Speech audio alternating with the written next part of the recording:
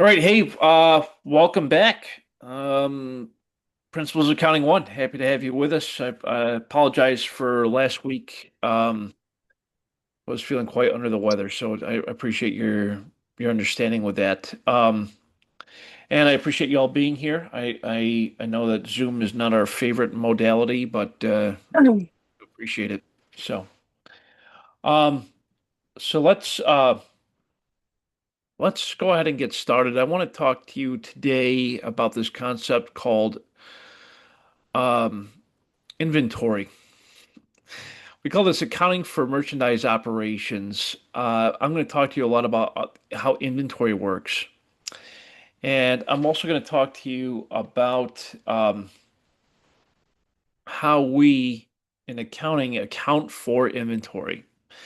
And I want you to get into the mind frame of a retail company. Well, what's your favorite retailer? Do any of you have a favorite retail store that you like a lot that you enjoy going to? Favorite retail? Walmart, TJ Walmart, Maxx. TJ Maxx. I love TJ Maxx. Uh, yeah, TJ Maxx, Walmart. Any other favorites out there, or ones that you are a frequent customer of? Walmart, TJ Maxx, Target. Target. Yeah, yeah, all the big ones. Nike store. Nike store. Yeah, I'm with you. Yeah, yeah. Okay. So Nike store, Target, TJ Maxx, Walmart, all of the big names, of course. Um, any specialty retailers that you like? Maybe they only have like a certain small amount of products. Any specialty retailers that y'all like? Could be anyone. I don't care. Um, My daughter likes Five and Below. oh, Five Below. Yeah, yeah, yeah. I like that one. It's sometimes you can find some really interesting stuff there for sure. And Romaine Roses. Yes, yeah, that's another good one. Yeah. Awesome. Cool. Thank you for sharing that. I appreciate that. I want you to think about your favorite retail store, and I want you to think about how their business works. Okay. That'll help you to better understand this concept called inventory. And we're going to be talking a lot about that both today and next week as well. So, today we're going to talk about how inventory works. I'm going to explain to you the overall cost structure of these retailers and how all that works. Okay. I want to talk to you also about some transactions that we make uh, as it relates to inventory. And we'll also review the income statement from a retail perspective.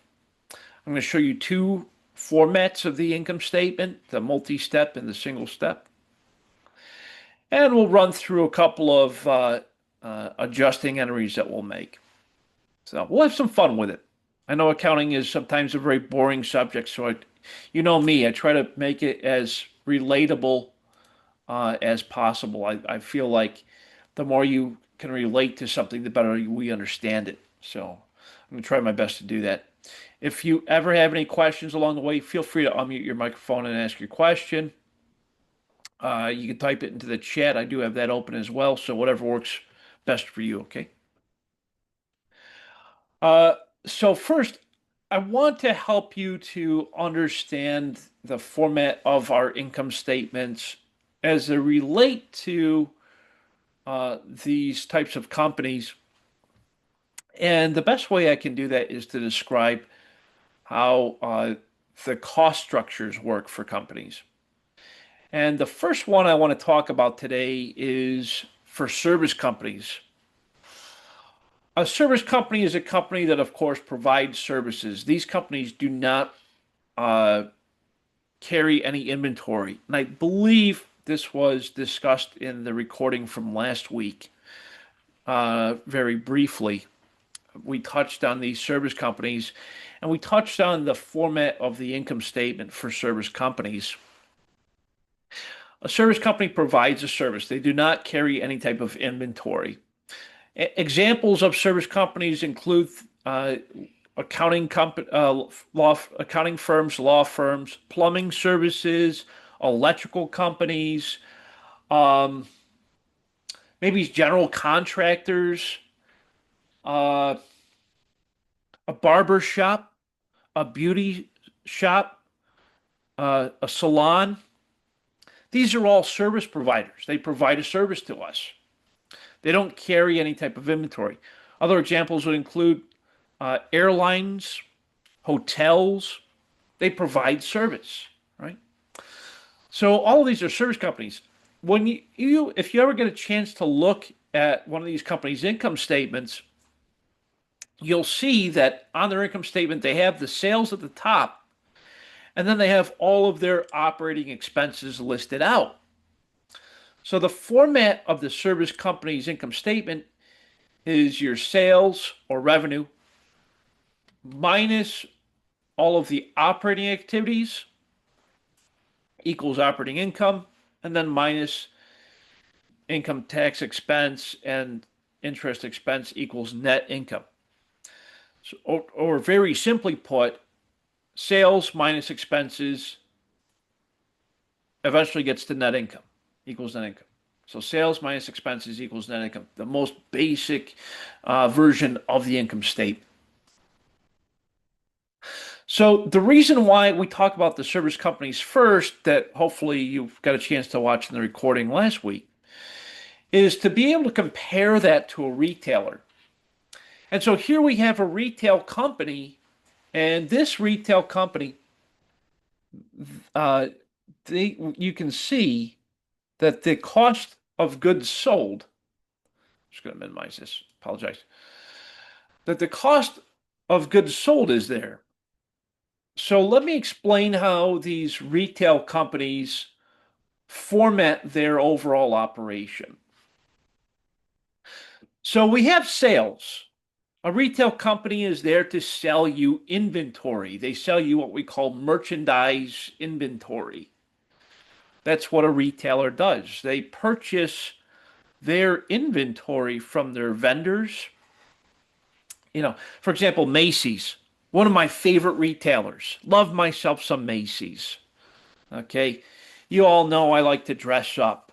I always, try to look nice for you. Right now I have a suit and tie on, and it's for you. Okay. Even though I'm at home, I still like to look good for you. And so, Macy's, one of my favorite retailers. Macy's purchases their inventory from their distributors. Macy's doesn't make their own products. They just sell products, okay? So they get all of their stuff from their distributors. The distributors get their stuff from the manufacturers, okay? Just out of curiosity, do any of you have an idea of the type of markup or margin on clothing? Do you know what I mean by that is, let's say the sale price is $100. How much do you think it costs to make the jacket? Jacket was $100. How much do you think it cost to make it? Just out of curiosity, any guesses? $30. 20. I was gonna say $20. To make it $20, Kia $10. $10. $10. Man, you guys are way too high. Yeah, seriously. $5. $5. Yeah, I'm with you, Bria. I think $5, that's a good estimate. Yeah, maybe $2.50. $2.50, $5. That's a good ballpark. Yeah, that's about right. So the jacket cost $100 for you to buy it over at Macy's. It costs about $2.50 to make. All right? These are real numbers. I'm not just making this up, okay? So you buy it from Macy's $100. It costs $2.50 or $5 to make it. At the factory, they sell it to the distributor, we'll say for $7.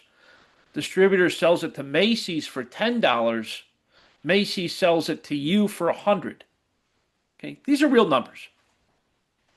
The reason why I want you understand this is because I want you to understand what the cost of goods sold really is. All right. So here we have the income statement for a retail company, and we start with sales. So the sale price of the jacket, $100. The company, Macy's, they only paid, when they purchased it from their distributor, they maybe only paid $10 for it. So the cost of goods sold when they sold it to me was $10. The sale price or sales was $100. The cost of goods sold, was $10.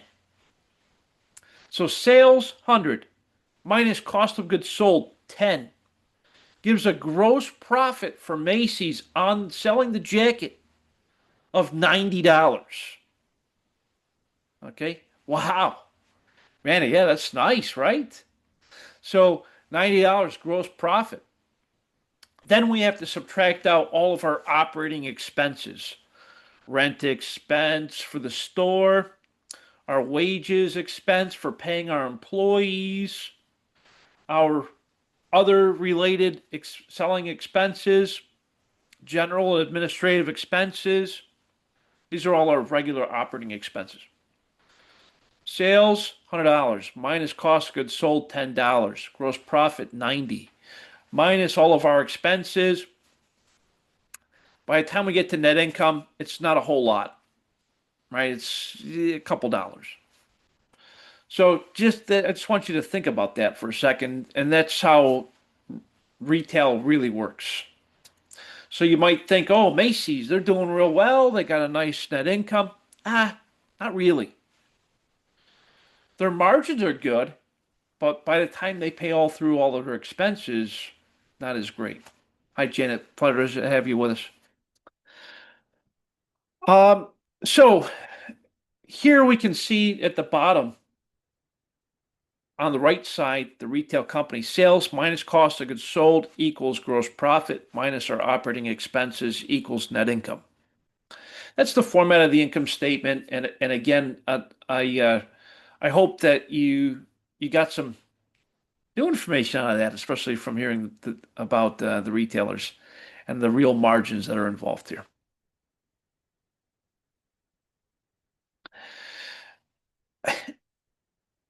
There's one thing I've always said in life, and I think it's kind of true, is that cash is king.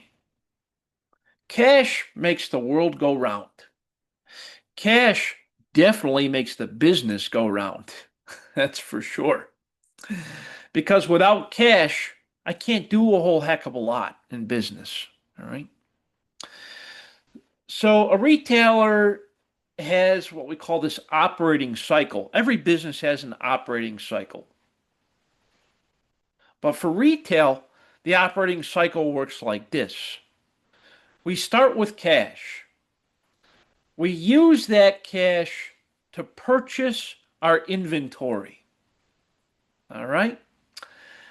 We sell that inventory in two ways. We either sell it over the counter, which means the customer gives us cash at the point of the sale, or the customer will pay us 30 days later on account receivable. When I receive the account receivable, I then, of course, use that cash once again to pay my operating expenses and also to purchase more inventory. And that goes back around again. We call this the operating cycle.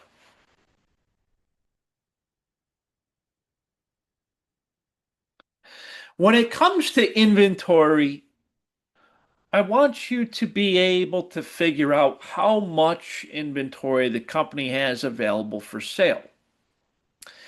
And we can do this in one of two ways. The first method is to take all of our purchases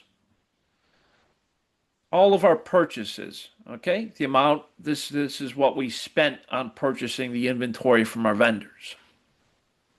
So we take all of our purchases minus any discounts we may have earned, or any type of returns or allowances. So it's your purchases minus any discounts or returns and allowances. That equals what we call the net purchases. We take that amount and we add in our beginning inventory, and that gives us the merchandise we have available for sale.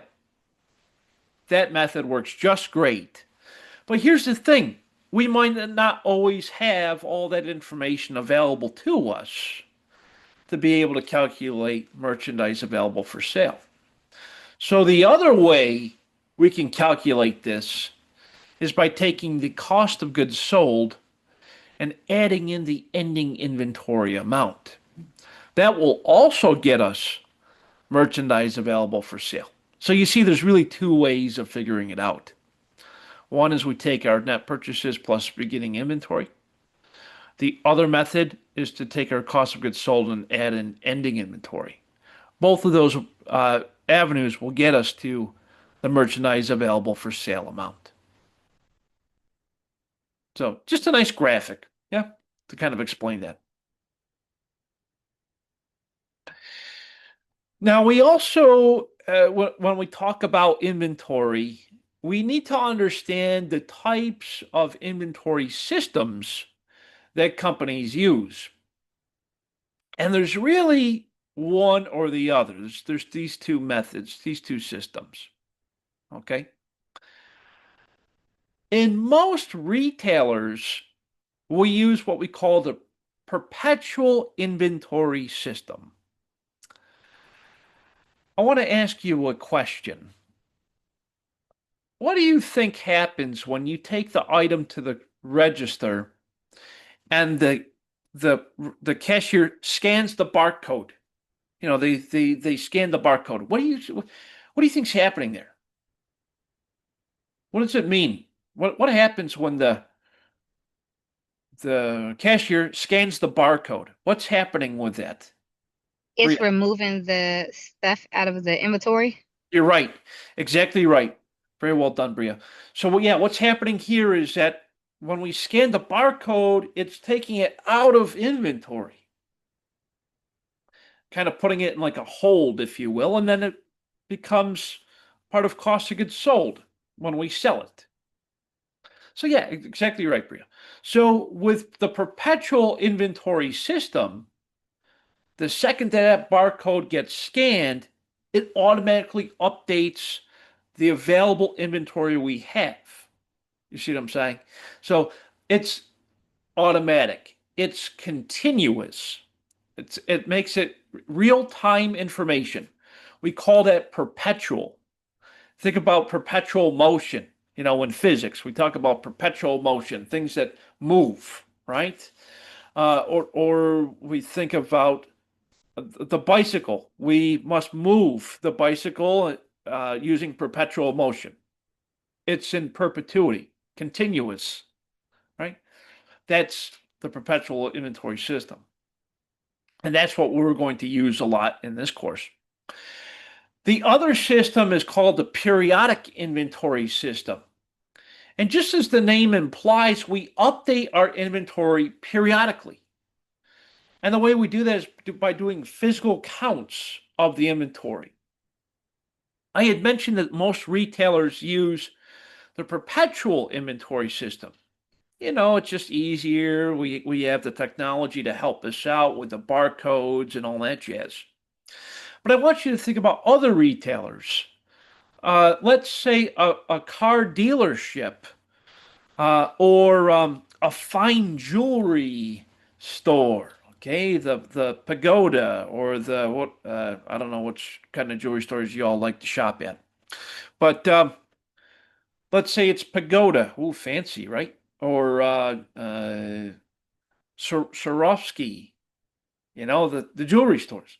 Think about jewelry. Think about vehicles. These types of inventory are very unique.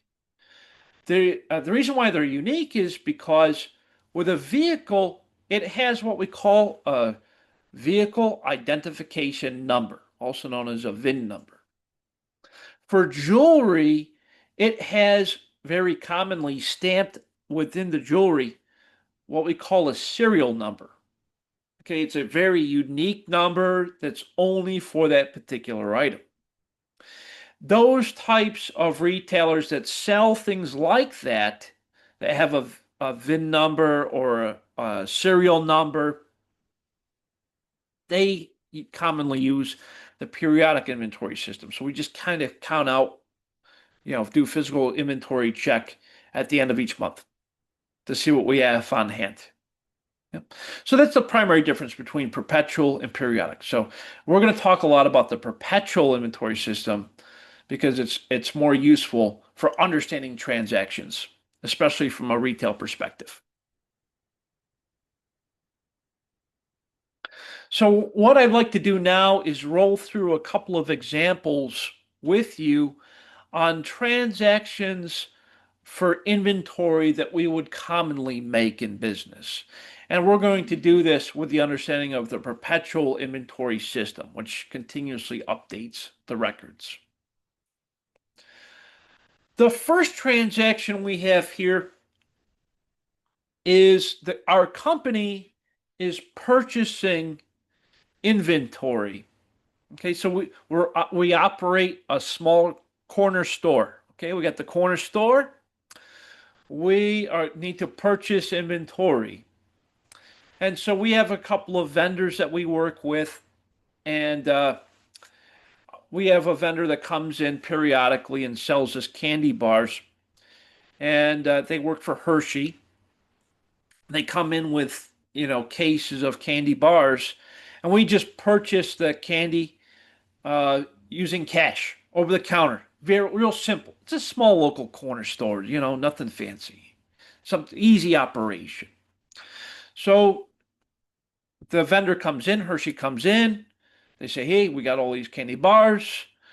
We purchased $500 without any discount. Yeah, real simple transaction. So we debit inventory 500 and we credit cash 500. We're paying in cash.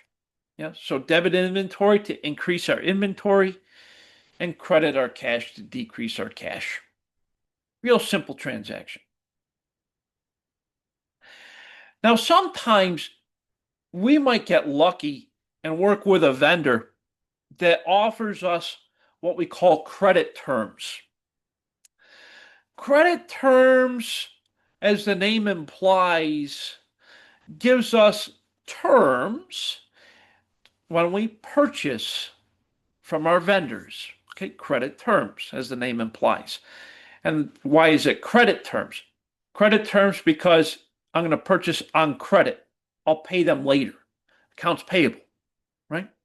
So credit terms. The terms are the length of time, the amount of a discount. Those are the terms. Yep. Okay. So with credit terms, there's a couple of things that will be noted here. So let's say Hershey comes to our corner store and they say, hey, listen, you've been a long-time customer of us. You've been paying us in cash. We'd like to offer you credit terms. We say, hey, that's a great idea. So they'll say something like, hey, listen, if you pay us within the first 10 days of the 30-day term, we'll offer you a discount. Hey, listen, anytime we can get a discount, that's great for business because we're saving money, right? So here we have some information. The credit terms. Credit terms include the length of time. It includes the date of the invoice, how much total is due, and how much we would pay if we take advantage of the discount. The discount it means that we're going to pay within a certain amount of time, and we'll receive a discount on the total amount. Okay, So that's what we mean by credit terms. Here we have credit terms. And the terms will be spelled out like this. It'll give you a certain percentage over a certain number of days, meaning if I pay within this amount length of time, I can receive a percent discount. Otherwise, the entire amount is due within a certain amount of time. These are how credit terms are written out. Okay. So here we have an example in front of us.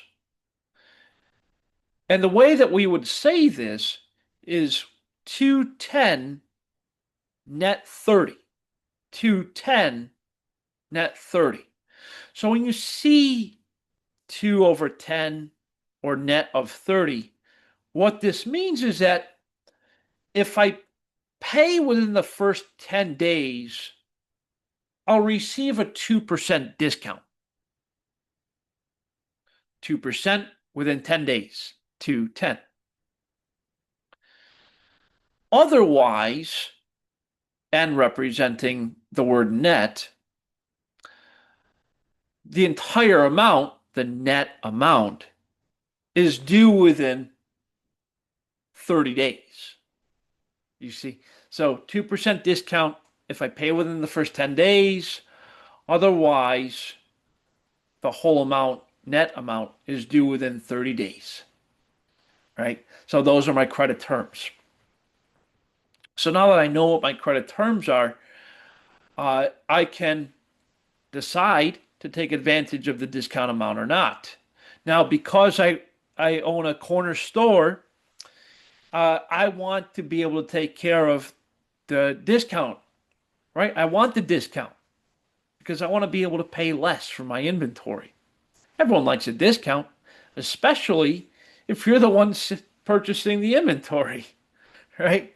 So, yeah, credit terms, love them. They're great when you get them. So, for those of you who are in business or looking to get into business, and you're going to be purchasing inventory from somebody, try to get yourself some credit terms. It's good to pay less. Yeah, absolutely. All right, so here I have an invoice for my corner store. Couple of things to note here. The invoice is very key because it tells us a lot of key pieces of information. Number one, it tells us who the seller is, who our vendor is, who we're purchasing it from. Number two is the invoice date. Invoice date's super critical because the discount only applies from the date of the invoice. So invoice date, you're going to see information like who's doing the purchasing. Well, that's us, the customer. Number four, you're going to see the order date when we place the order with the vendor. Number five, the credit terms. Hey, if I pay within the first 10 days, I receive 2% discount. Otherwise, the whole amount's due within 30 days, 210 net 30. Now, what that means is that I need to pay this by November 12th. November 12th. I need to pay by November 12th. How do I know? Because it's from the date of the invoice I received a discount. So if I pay by November 12th, I can receive a 2% discount on this total invoice. Otherwise, the whole thing's due within 30 days. Meaning I need to make sure I pay it by December 1, 30 days later, right? So there's my credit terms. Number six, the freight terms. Freight, of course, meaning who's responsible for the inventory while it's in transit. What this means is that who paid for the shipping ultimately is what it boils down to. Now, if it's free onboard destination or FOB destination, free onboard destination tells me that the seller paid for the shipping. The seller paid for the shipping. Okay, free onboard destination. The seller paid for the shipping. and they shipped it via FedEx, whatever. So seller paid for the shipping, that's free on board destination. When the buyer pays for the shipping, we call that free on board shipping point. Number seven. Professor, I have a question. Yes, please, Tamika. Will it also be because I do inventory at my job, and Yeah. sometimes the freight has a price. It has Yes. a number amount. Yeah.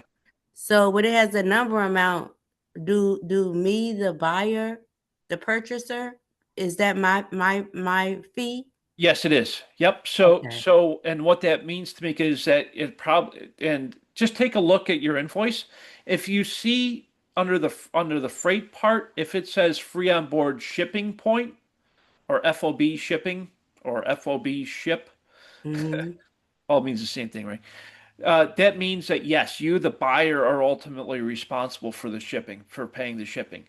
But I can also say that sometimes the seller will just include that information in the total invoice amount. Okay. So, Okay. so you just have to be aware of that part. So Tamika, when you put your inventory into your accounting system, you want to make sure that the total cost of the inventory includes that amount of shipping, assuming that that your company is paying for the shipping. Okay. Okay. Okay. Because the total cost of inventory includes the cost of getting it to you. Okay. Okay. Okay. I hope that helps. I understand. Yes, I understand. I understand because when I look at, and I'm sorry to take up some time, That's but fine.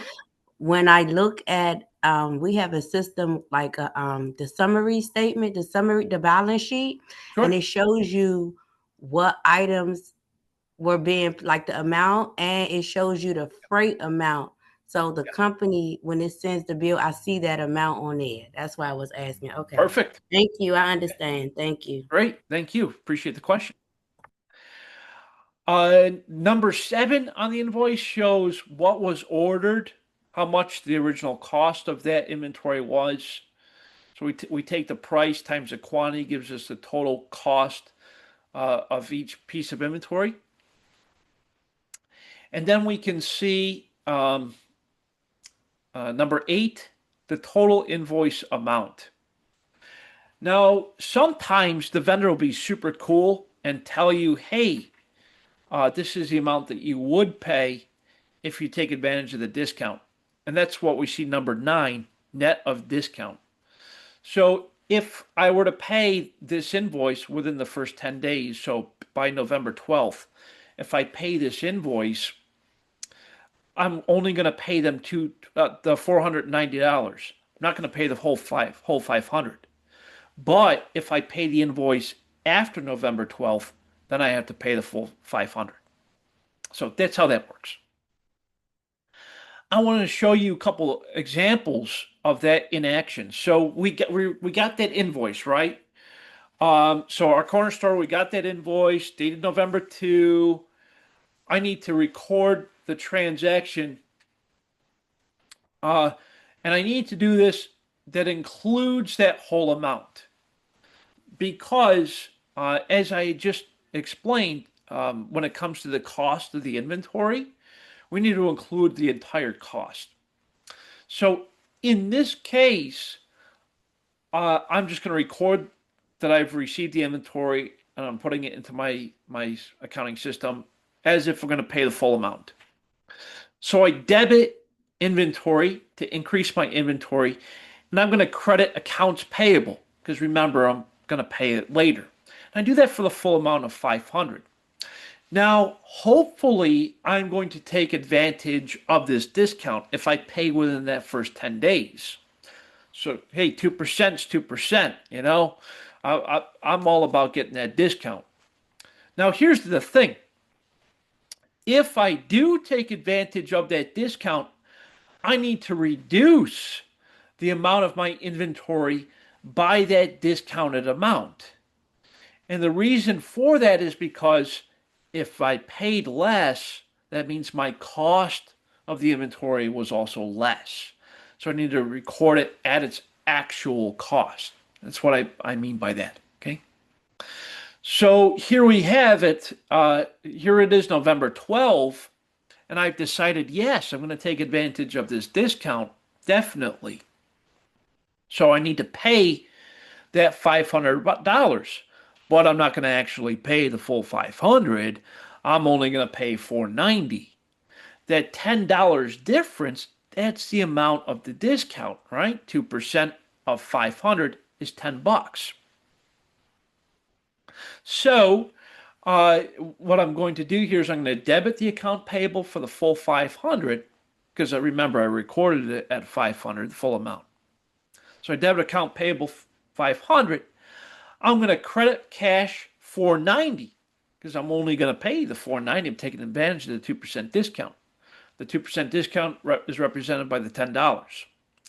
I'm going to credit merchandise inventory by $10, the discounted amount. What this does is it reduces the total cost of the inventory by that discounted amount. Because remember, I need to record my inventory at its true cost. If its true cost includes the discount, I need to make sure that I reduce the inventory by that discounted amount. So that's us taking advantage of the discount. What does it look like in relationship to our balances? So here we have the two transactions. November 2nd, I made the purchase of the inventory. So I debit inventory 500, credit accounts payable 500. That was November 2nd. Then I need to pay. So I'm going to on November 12th, I need to debit accounts payable 500, but I'm taking advantage of the discount. So I'm going to credit my cash 490, and I'm going to reduce the inventory by that $10 to reflect the fact that my inventory's true value is 490 because that's how much I paid for it. So hopefully that makes sense to everyone. If it doesn't, let me know. I'll be help you out. Great. So that's great when we're able to take advantage of a discount. But sometimes, you know what? I totally forgot, or I didn't have enough cash on hand to pay that bill within the first 10 days, so I waited. But when you wait, that means we can't take advantage of the discount. So instead of taking advantage of the discount, we decided to pay later. So that's just a simple transaction. We just debit the account payable by the 500 and credit the cash by the 500. This represents the net 30. Yeah. The whole thing's payable within the 30 days. In this case, it's due by December 2nd. The original transaction was November 2nd. We passed the November 12 date, the 10 days, so we weren't able to take advantage of the discount. So we had to pay the entire bill by December 2nd. And that's what this shows us here.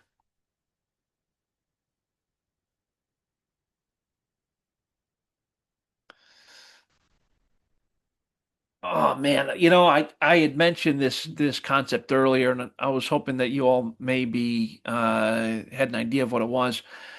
When I mentioned the inventory, the when we talked about the income statement, and how we calculated the available for sale, inventory available for sale. You'll notice that it said net purchases, net purchases. The reason why we call that net purchases, not just purchases, is because the net purchases represents the total purchases of the inventory that we made minus any returns, discounts, and allowances. Okay. So we have what's called purchase allowances and returns. Just like on the customer side, on our side, we also have returns and allowances because sometimes we're going to purchase inventory And Kia, I don't know if you've had this experience or when it comes to purchasing inventory, but sometimes, you know, we might have problems with that inventory. We receive a shipment in and some of the stuff might be damaged, right? I purchased a case of chocolate from my vendor there, Hershey. They sent the case of chocolate over to me, and I opened up the box, and oh man, some of it's all messed up. Some of it's melted or whatever's. I can't accept that. So I'm going to send some of that back to the vendor. We call those returns when we send it back to the vendor. Merchandise returned by the purchaser to the supplier. That's a return. Now, sometimes the vendor, in this case Hershey, when I call them up and I say, "Hey, listen, some of this stuff you sent me is all melted or whatever, something wrong with it," they might be like, "Hey, listen, just keep it. Not a big deal. We'll discount your total invoice." We call that an allowance, right? That's an allowance. The allowance refers to the seller granting a price reduction and keeping the defective or unacceptable merchandise. Yep. So that's what allowances and returns are. So as a retailer, sometimes we're faced with that type of situation. So I'm going to give you an example of both. Here we have an example where our corner store, we purchased some inventory from our vendor. We received it, the $500 worth of inventory, and then we're like, man, we open up the box. Oh my goodness, about $30 of this inventory worth is not going to be good. We can't really do much with it. It's broken, defective, whatever. So we call up the supplier, the vendor. Here we are a couple days later. We made the purchase on November 2nd. Here we are November 5th. We call up the supplier and we say, "Hey, listen, about $30 worth of the stuff you sent me is broken. I can't do nothing with it." So they say, "Hey, don't worry about it. You can keep the broken stuff. We'll just take $30 off of your total invoice." Cool. That's great.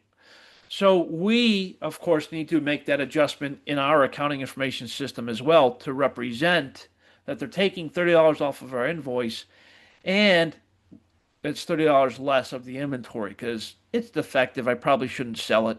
I'll just throw it out or whatever.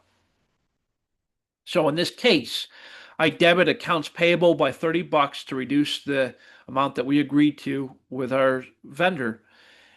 And I also am going to reduce the inventory by that same amount. So that's a purchase allowance. Now for the returns. Here we have a different transaction. It's still us, the corner store, and we made a different purchase in the month of June from our vendor, and it went like this.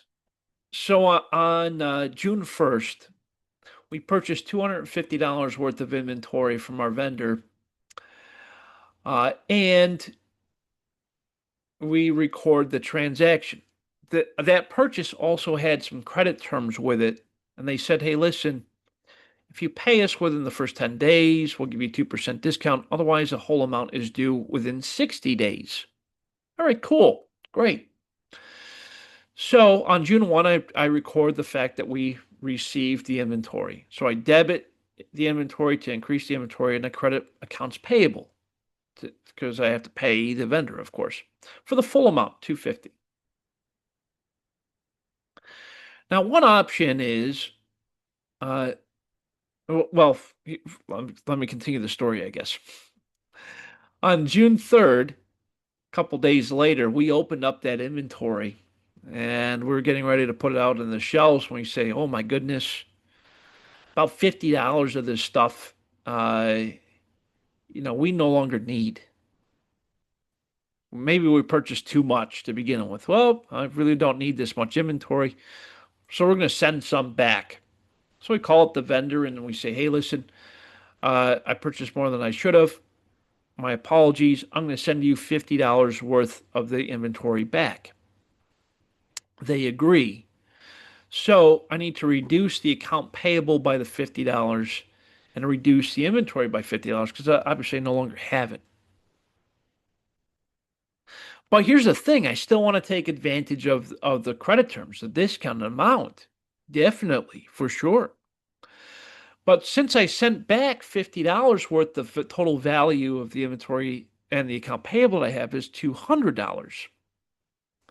So I'm still going to take advantage of the discount amount, 2%.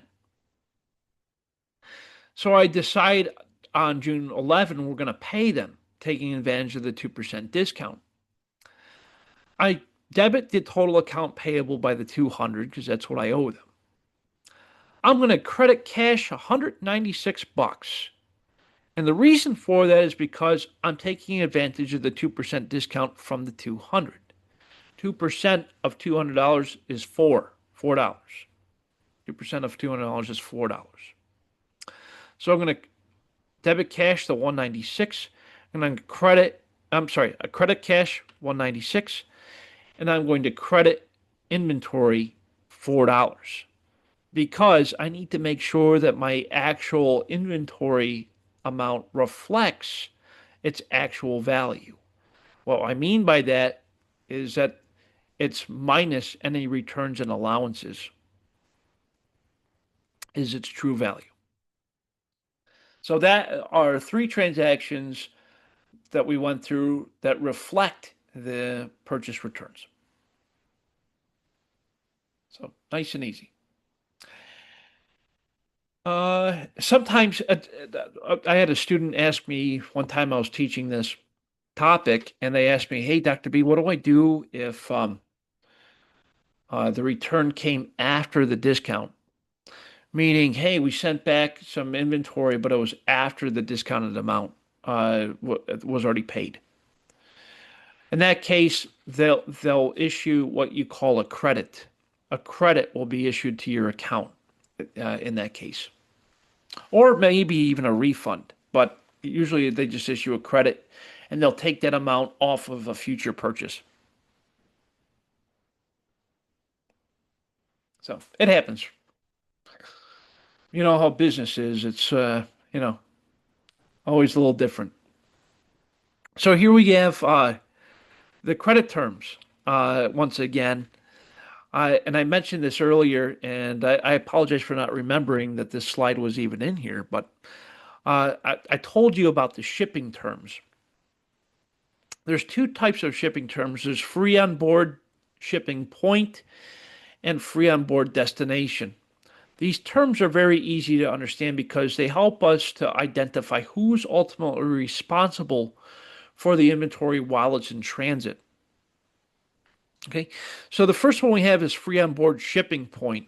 This ultimately means that the buyer is the one who paid for the shipping. Okay, and oftentimes, it's us paying for the shipping. The buyer pays for shipping. We call that free on board shipping point. The ownership of the inventory transferred to the point of shipping. So at the warehouse, at the buyer is where the buyer took ownership. So we took ownership at the point from the seller. Free on board shipping point. The buyer's responsible for paying for the shipping. So we have to make a journal entry for the buyer. We debit merchandise inventory to increase the cost of the inventory by the shipping amount, by the cost of the shipping amount. And we credit cash to pay for the shipping. Okay, so that represents the payment of the shipping.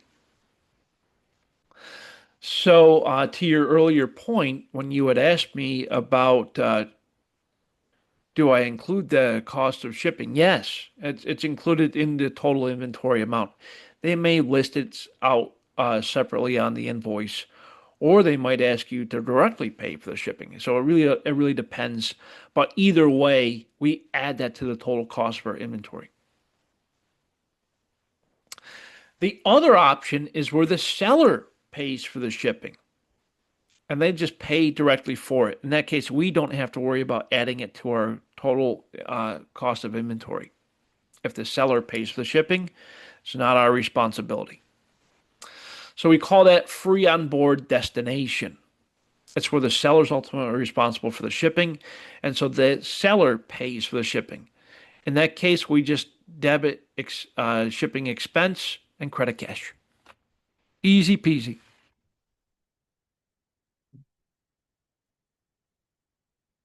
Okay. Here we have an example. Our nice corner store, lovely corner store.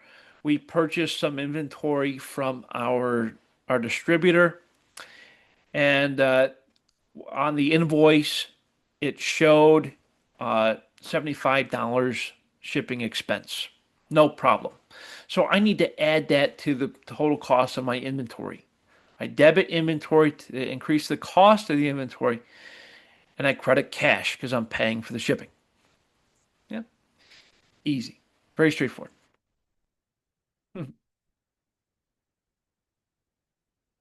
So this next thing I want to show you is really a summary. This is an itemized cost of purchases. In other words, we called up our vendor and we said, hey, I'd like a summary of all of my purchases I made from you. And so what they'll do is they'll provide you with something that looks like this. It's the total cost of the inventory that you purchased minus any discounts you received and minus any returns and allowances that you've made. And then we're going to add the total cost of transportation. That will give us the net cost of the inventory. So to find the net cost of inventory or net purchase amount, it's the cost of the purchase minus discounts, minus returns and allowances, and plus the cost of transportation. That gives us net purchase amount. So, nice summary. So now that we understand the total cost of purchases, I'd love to go through a couple of computations with you when we look at our income statement from the perspective of a retailer that's using the perpetual inventory system. One of those computations that we look at on our income statement is called gross profit.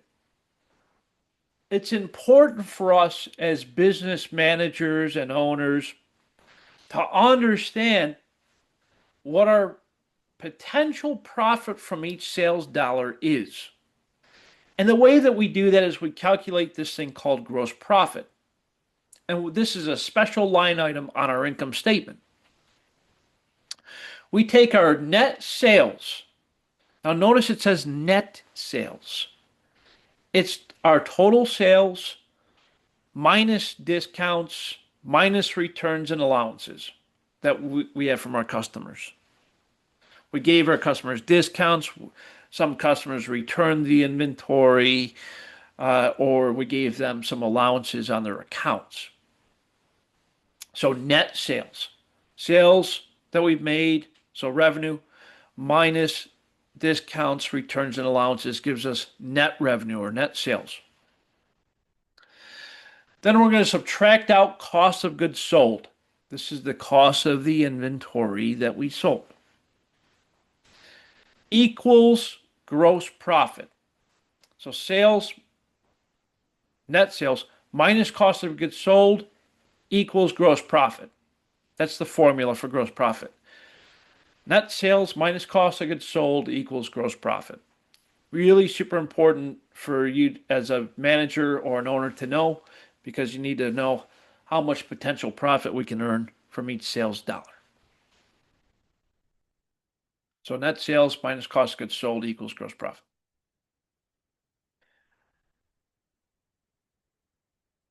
when it comes to our company selling inventory, we recognize revenue. Revenue is what we earned in terms of sales from our customers, right? Sales revenue. Each transaction has really two parts, as you know. The first part is recognizing the sale happened. Okay? So in this, I'm going to debit cash or accounts receivable, depending on the customer's paying us. And I'm going to credit sales. That recognizes the sale part of the transaction. The other part of the transaction is I need to recognize that I no longer have some inventory. I sold the inventory. So to do that, we're going to debit cost of goods sold and credit inventory because we no longer have the inventory. We sold it.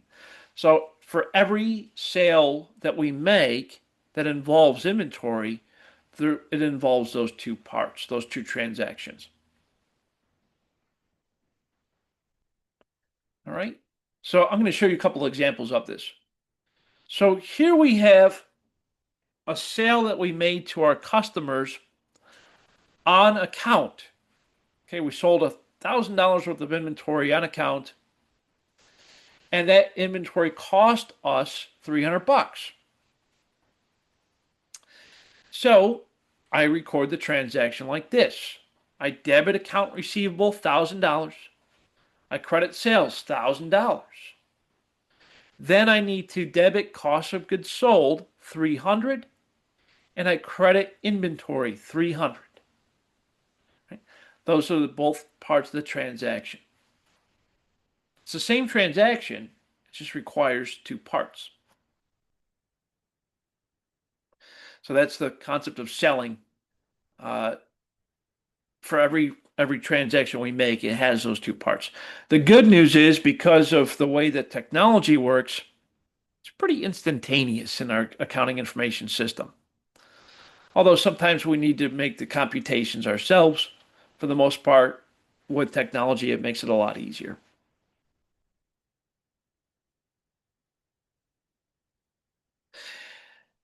Now, sometimes when I sell to my customers, I offer them discounts. Just like when we get offered discounts to purchase inventory from our vendors, I like to offer my customers discounts as well. The reason why I do that is because I'm encouraging them to pay me, in advance. I want to collect that revenue a little sooner. So I'm going to offer them some discounts. Now, when it comes to this, just like before, I offer them credit terms.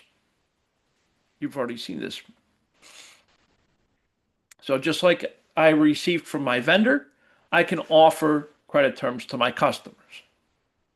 So here we have that same example where my customer purchased $1,000 of inventory from us. So just like before, I go through the same transaction. Debit accounts receivable, credit sales, $1,000. Debit cost of goods sold, $300, and credit inventory, $300 to represent the sale of that inventory. If the buyer, our customer, decides to pay us within that first 10 days, we're offering them a 2% discount. So if they take advantage of that, then we would debit cash $980 because we'd only received $980 in cash, and we would debit an account called sales discounts by $20. And then we would credit accounts receivable, $1,000. If the buyer, our customer decides to pay us after the discount amount, it's a real simple transaction. We just debit cash and credit the account receivable for the full amount. So, as you can see, it's very similar on both sides of the counter.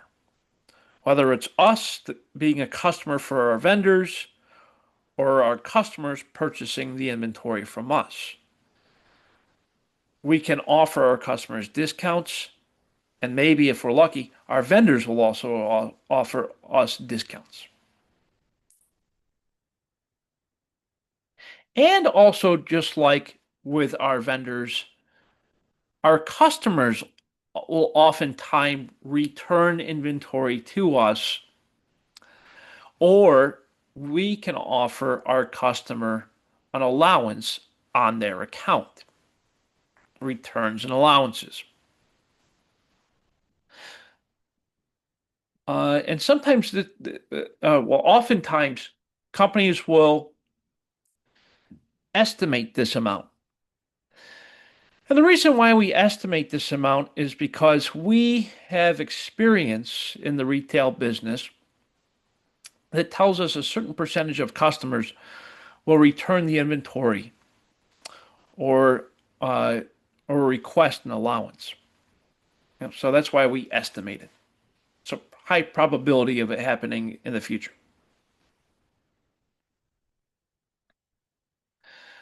Here we have an example.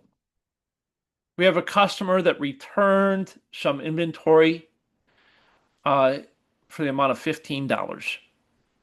Easy transaction. I debit sales, returns, and allowances, $15, and I credit cash, $15, because they're making a return, so we're going to refund their amount. Let's say, if the inventory is not defective, meaning I can resell it, I'm going to put it back in inventory. So the way I do that is I debit inventory and credit cost of goods sold. That puts it back in the inventory. It's a reversing entry.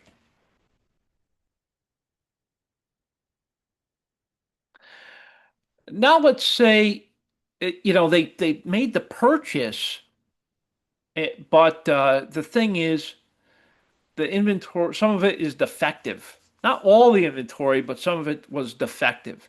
So the customer decided to keep. We told our customer, hey, listen, keep that defective stuff. I can't resell it. Just hang on to it or throw it out. I don't care what you do with it. And I'll issue you a credit memorandum, or a discount on their future purchases. Or I can just be like, you know what? I'll just give you a refund for that defective amount. So in this case, we're doing this. We're allowing for that refund or discount. So we debit returns and allowances, and we credit cash. Only a portion of it, right? So those situations happen from time to time, a little bit more rare, but they still happen. So now that we know how these discounts, returns, and allowances work on both sides of the table, now I'd like you to show you how we prepare our income statements from this perspective. So here we have the income statement. We have our sales minus cost of goods sold equals gross profit minus our operating expenses equals net income. But how do we know exactly the cost of goods sold amount? How do we know what our ending inventory amounts are? It all stems from the purchases. So we have our net purchases. Remember, that's our purchases minus any discounts or allowances that we received, plus our beginning inventory equals our merchandise available for sale. We can also compute this by taking cost of goods sold and adding that to ending inventory. So just like we learned before. Cost of goods sold, as you know, belongs on the income statement. Sales minus cost of goods sold equals gross profit minus operating expenses equals net income. And ending inventory, or all inventories, wind up on our balance sheet. So ending inventory goes to the balance sheet. And it becomes beginning inventory for the next accounting period, for the next month. Yeah. Ending inventory becomes beginning inventory for the next month. So that's why I just wanted to show you what the nice cost flow, what that looks like. We oftentimes in retail, we run into situations with our inventory, and so we need to make adjusting entries for these things that happen. Sometimes in retail, we're faced with a loss of inventory for no fault of our own. Maybe the inventory was stolen or it was damaged or something happened to it, whatever. We call that shrinkage. It's a term that represents the loss of inventory. And the way we find out this loss is we take a physical count of our inventory and we compare that physical count to what we have in our system. When there's a difference, we call that shrinkage or loss of inventory. And so here we have an example where we make the adjusting entry for $250 worth of lost inventory. So we debit cost of goods sold to increase cost of goods sold, and we credit our inventory to reduce the inventory by that respective amount. So it happens for a couple of various reasons.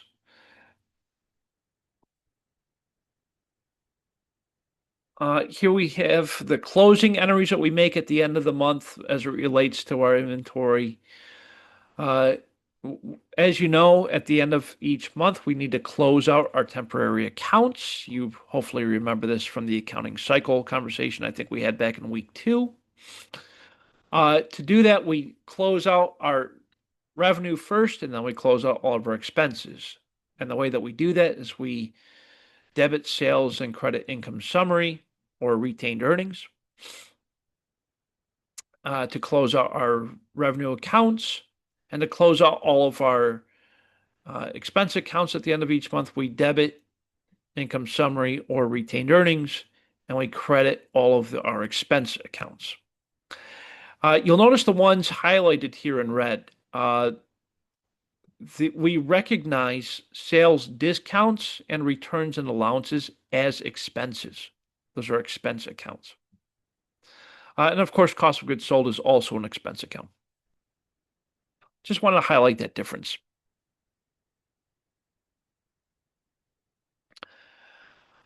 This is a great summary slide. Love this summary slide. Just kind of shows you the adjusting entries and the other entries we make for purchases, sales, etc. So just a summary slide. We went through all of these transactions already. I highly recommend using these summary slides. I find them to be helpful, especially as you're completing your homework assignment or your quiz. Some more summary here. We can see the adjusting entries that we've made and the closing entries that we've made. So again, these are just summary slides. I highly recommend you take a look at them.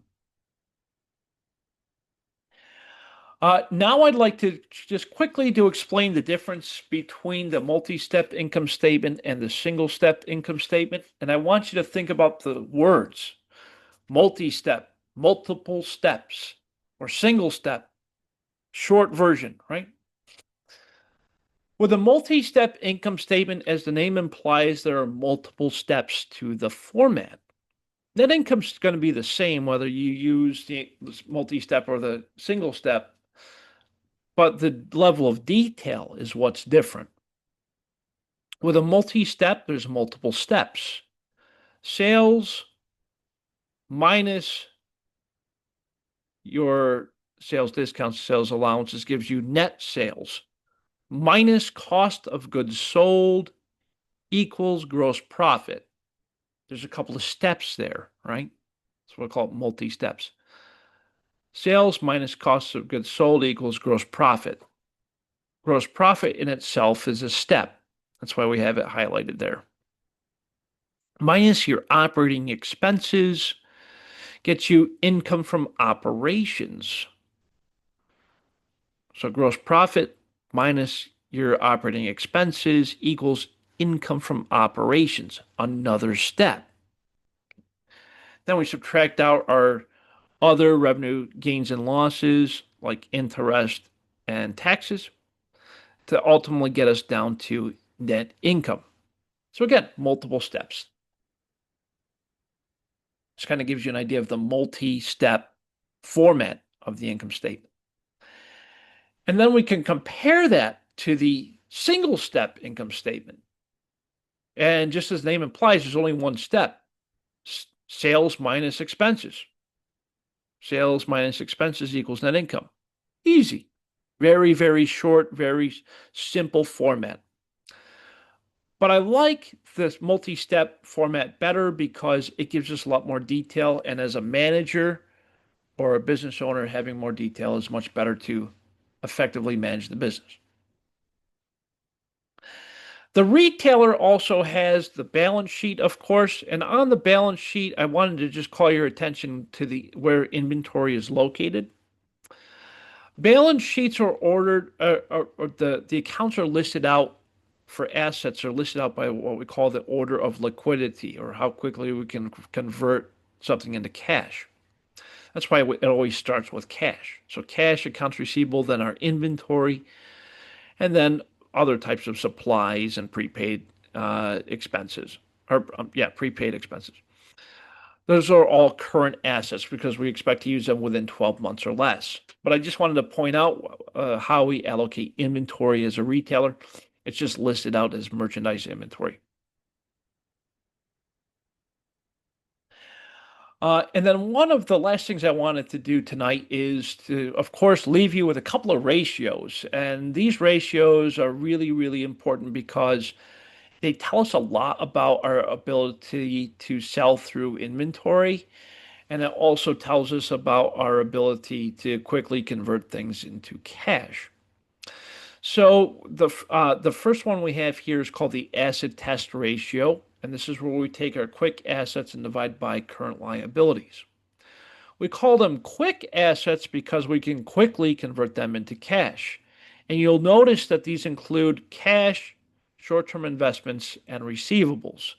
It does not include inventory because with inventory, it's actually a lot more difficult to just liquidate your inventory. It takes a little bit more time. So that's why we call it acid test ratio. It's all about quickness, right? So cash, short-term investments, and receivables are our quick rate assets. We divide those by current liabilities to get the acid test ratio. And here we see the example for Nike, and this is a pretty decent acid test ratio. And the other ratio I wanted to tell you about very briefly is called the gross margin ratio. Tells me a great amount about our overall profits in respect to our sales dollars. And so this we take our sales minus cost of goods sold, and then we divide that by sales. It gives us our gross margin ratio. So just like sales minus cost of goods sold gives us gross profit, the gross profit ratio is sales minus cost of goods sold divided by sales. It's just kind of expressing it as a percentage, right? And then this just shows you a comparison between the periodic and perpetual inventory systems.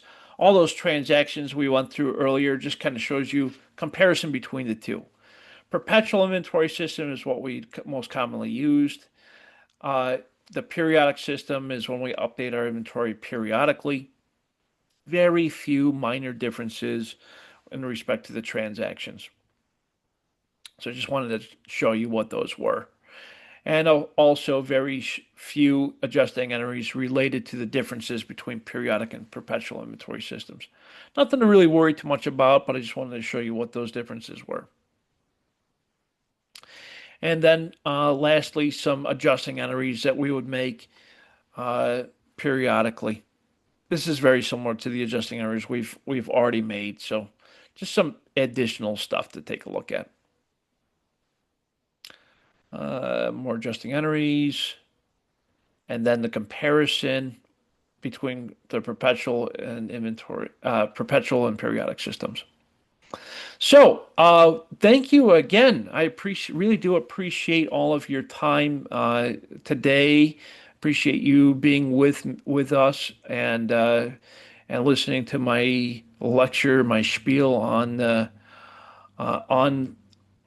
that merchandise operations. I wanted to just call your attention to the classroom. You're all doing great. I once again, I appreciate all of you and your patience.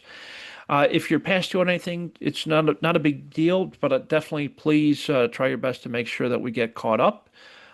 Because you know you see how fast time goes by, right? I mean, we're already a third of the way done with the course. I know it goes by so quick, but again, I really do appreciate all of you. You know, I care a lot about all of you and your progress. If it ever seems like I'm being short with you or being too direct or whatever it is, you know, I apologize for that. I really do care a lot about you and I care about your well-being. So that's why sometimes I may come off as being very direct. And so again, I apologize for that. I just want to make sure that I do right by you. So that's why sometimes I come off that way. But again, thank you all so much for your time, your effort, and your continued effort in the course.